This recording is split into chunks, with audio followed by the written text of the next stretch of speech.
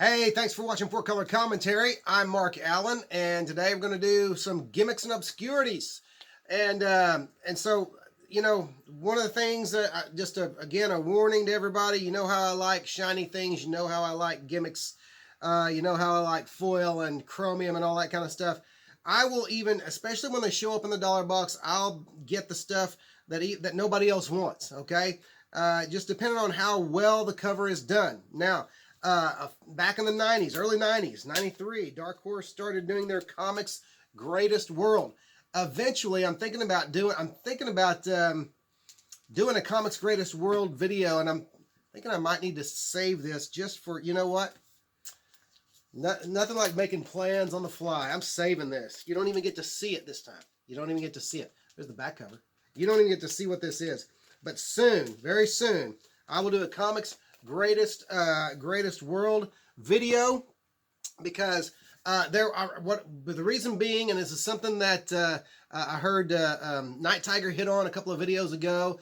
Back in the 90s, there were all these awesome gimmick covers, these special covers, beautifully done foil and that kind of thing that you wanted to get but you couldn't afford, and now they're showing up either in dollar boxes or for almost nothing on eBay, and picking those up. So you know what? I'm just going to do a Comics Greatest World video very soon, in the very near future. Just do the gimmicks out of Comics Greatest World. Comics Greatest World gimmicks. Dark Horse Comics. Okay, so that's the plan. I just made it right now. Okay, so we'll move on to the next gimmick.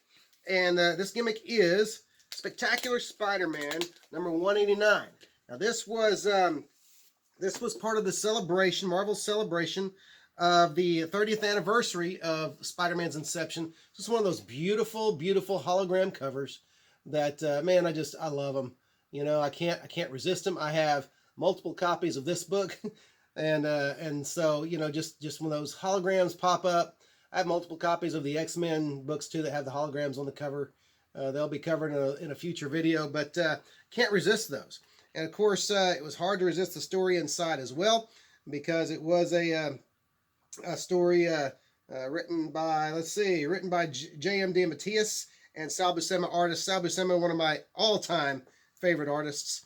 But it also had this amazing, spectacular Charles Vess triple gatefold cover, or a poster in there, Spider-Man chasing the Hobgoblin. And see, since I do have multiple copies of this book, I've honestly considered just gently taking the staple out so that I can actually frame that and put it up on the wall, but haven't done it yet. I can't quite bring myself to do that. But, you know, that's just a beautiful book. And when you find that, listen, when you find something like that in the dollar box, and here's the thing, a lot of people know about the hologram in Spectacular 189, but they don't know about the triple gatefold poster inside. So if you see that in a cheap box, grab it. Grab it. It's worth it. All right. The next one is also a Spectacular Spider-Man. This is the giant-sized 200th issue by the same creative team. I know, at least by Sal Bruce Emma. Let's see. It's been so long since I've read the Spectaculars. Yes, J.M. DeMatteis is also the writer in this one. But this is one of Spidey and Green Goblin's many showdowns, presented with an amazing, incredible foil cover. I love this stuff. Look at that. It's almost like a mirror. You can see you can see my phone as I record this video, and you see the computer screen over here, and it's just, I love the reflective nature of that silver foil cover with the blues and the greens and the webbing. And of course, that's so beautiful. You almost don't even notice the one of the many different last showdowns of Spidey and Green Goblin. But anyway, just a great book, great looking book. Again, this one out of the dollar box, and I always snatch those up. I'm terrible that way, but I will do it. And you know, it's not an old book, not Golden Age, not Silver Age, but man, it's great. And so on to another Spectacular Spider-Man. This is Spectacular Spider-Man number 225, if I can get it out there. Number 225, this is the giant-sized extravaganza. Now, I want to explain something about this. These had also holograms on them. They were smaller. I think they called them, I'm not even going to say what they call it. For some reason, coin holograms comes to mind. But they were supposed to be you're supposed to have a 360 view of Peter Parker standing there and then turning into Spider-Man, standing on the spider symbol. It's just but it never really came out, I don't think, the way they intended it to. You probably can't tell on there exactly how that, but if you turned it a certain way, and that was part of the problem, you'd have to turn it a certain way before you could see the change, and it was just kind of obscured, and I really don't think these are that popular on the back market. But I have my copy, and I have another Spider-Man book did it about the same time, but I can't remember which one. I believe I have it. Anyway, that's Spectacular Spider-Man 225. Great, I should say, and I should point out, great Scott McDaniel cover there, and who of course went on to Nightwing fame. But this is a Sal Bruce Emma pencils with Tom DeFalco as writer. But this is really, I'll highlight the art in this for just a moment, because this was Sal Bruce Emma inked by Bill Sienkiewicz, and one of those combinations that never should have looked as good as it did. But I think it looked as good as it did because of Sal's pencils. But Bill Sienkiewicz did not. He just gave Sal's pencils more volume, more body, and they just kind of looked a little. And it also served to make some of the stories look a little darker, which is what Sienkiewicz's pencils do. And in this case, it worked because there were some pretty dark stories in Spectacular Spider-Man about that time. And so, anyway, always loved Sal on Spectacular, and Sienkiewicz is a good inker for Sal. Klaus Janson is a good inker for Sal, and then there's a guy with the Hawaiian name, and but it's Steve Lealoha or something like that, and he always was a great inker for Sal, I thought. Okay, now last night, as I got to be on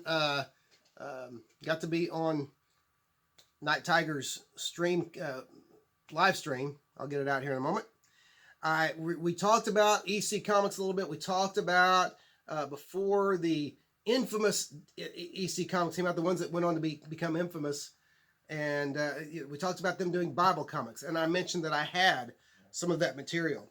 Here I have it published in 1945. Let's see. Let's go. No, that was 46. Let's see. Let's go with this one first. No? Okay. This one published in 1945. No, 1940. That's hard to make out. I'm going to say 1943. Published in 1943 is Picture Stories from the Bible, the Complete Old Testament edition. That is, look at how thick that is. It's amazing. And that when they put that out, and that was 65 cents in 1945 or 43, whichever one that was. It's hard to read that date, but it's at least 45. But and you had this, it's just the Bible stories throughout. I can imagine that this was probably used by Sunday school teachers and stuff like that. Read to their kids by their parents, that kind of thing, because there's an editorial advisory council for the Old Testament edition on there, and in the opening, in the opening cover, and you can tell this one's been through some reading and some action, but it's great. Love having that, and I probably always will have that. That's one of those I'll probably pass down to my kids. Not only do I have that, though, I also have, published in 1946. That's a lot clearer. I wonder if I hold this up, if camera will be able to see that. But right down here, right there, it says 1946. Don't know if but you can probably read this, MC Gaines. All right, and so MC Gaines published it. He is the editor. Edited and copyrighted 1946 by MC Gaines. This is the New Testament edition, and this one was 50 cents. Now, this is unfortunate. At some point, somebody put black tape. It's stood up well over the years because I've had this for a couple of decades. The tape hasn't changed. but somebody just felt like they needed to reinforce that spine, I think, and that's fine. But you know what's really cool about it, this is same artist throughout, and I forget the name of the artist off the top of my head. He's in here somewhere. But even the bottom here, it says copyright 1944 by MC Gaines. And so anyway, some MC Gaines material. Let me see who the artist was, because it's the same artist in both, I'm fairly certain. And I can't find it. I saw it and then I didn't. So anyway, well, that'd be a homework. Oh, illustrations by Don Cameron. Don Cameron. So anyway, got the Old Testament edition and the New Testament edition. And the cool thing about the New Testament edition is on the back, there is an ad for the Old Testament edition as well. Go out and get the Old Testament edition, only 65 cents. And so great, really cool Golden Age piece there, 2 of them. We'll put them back in their bags when I'm done here.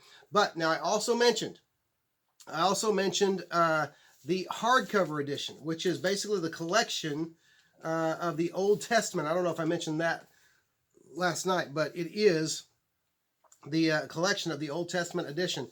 The hardcover, this is what's interesting about mine, because I know at least the New Testament edition says copyright 1946. However, this book, which again says edited by MC Gaines, illustrations by Don Cameron, scripts by Montgomery Mulford, but it says the hardcover, and I'll show it to you in a moment, is copyright 1979, but it says previous edition copyright 1942 and 1943. I'm not sure how to how to harmonize that with the 1945 and 1946 that I see in those books. Those must be at some point reprints, but they don't show the earlier dates. So I'm not sure if that's an error or what it is. But here is the hardcover edition of the Old Testament, okay? And I really like this blurb here, endorsed by clergy of all faiths, okay? And that's just really cool. About that, you have on the back, you have the endorsements by editors of Christian publications and ministers of churches, and by the president of the Synagogue Council of America and former pastor of Calvary Baptist Church, but it doesn't say what city, what state. But anyway, just kind of neat stuff, just really cool stuff. And again, let me see if I can find that front. If you can read that, the Old Testament in full color comic book or comic strip form, edited by MC Gaines, the first black print there, edited by MC Gaines, and illustrated by Don Cameron and all that stuff. So anyway, just a cool book. That one actually goes on my shelf. That's a really neat obscurity. Those would be obscurities, obviously. Not gimmicks. The shiny stuff was gimmicks. These are the obscurities. Now, one more obscurity. This is kind of a short gimmicks and obscurities, but this is really cool, because this is one that was actually written by Peter David and was drawn by David Garcia and Sam De La Rosa, but with a cover by one of my favorite artists, Tom Grummett. Okay, but this is one that you may have never heard of. This is The Wedding of Popeye and Olive. This was published by Ocean Comics, #1, most published in 1999, and just a really cool little bit to have. I think you can find those on eBay. I didn't check, but I think they've always been fairly available on eBay. I love that Tom Grummett cover as Popeye and Olive Oyl stand atop their wedding cake, fighting off Bluto and fighting off, I'm not sure who the other guys are they're fighting off. I'm sure they're original E.C. Segar characters. If you're not familiar with early Popeye stuff and E.C. Segar, there were all kinds of supporting characters in Popeye that the comic strip that didn't make it to the cartoon necessarily. And I believe it was comic strips. But anyway, so just a fun book, fun story. And I won't give it away for you, because you might want to go out there and get it. I mean, why not? Why wouldn't you want to go out and get the wedding of two such cartoon icons as Popeye and Olive Oyl? But anyway, hey, there you go. Some gimmicks and obscurities, a few things for you to go search, go look for. And hey, thanks for watching Fout Color Commentary. If you haven't yet, go ahead and like the channel or subscribe to the channel. Like the video. Appreciate that. Coming up on 100 subscribers. I appreciate those who have subscribed just recently. And I'm not going to make the 100, but I'm going to have to come up with some kind of a contest to celebrate maybe the 125th subscriber, or making it to 125 or 150 subscribers. I'm new at that. I don't know how to do the contest. I'll have to do some research and find out from some of the other YouTubers around. But hey, thanks for watching. Thanks for subscribing, those of you who have, and thanks for keeping up with the videos. I appreciate it, and I'll see you next video on Fout Color Commentary.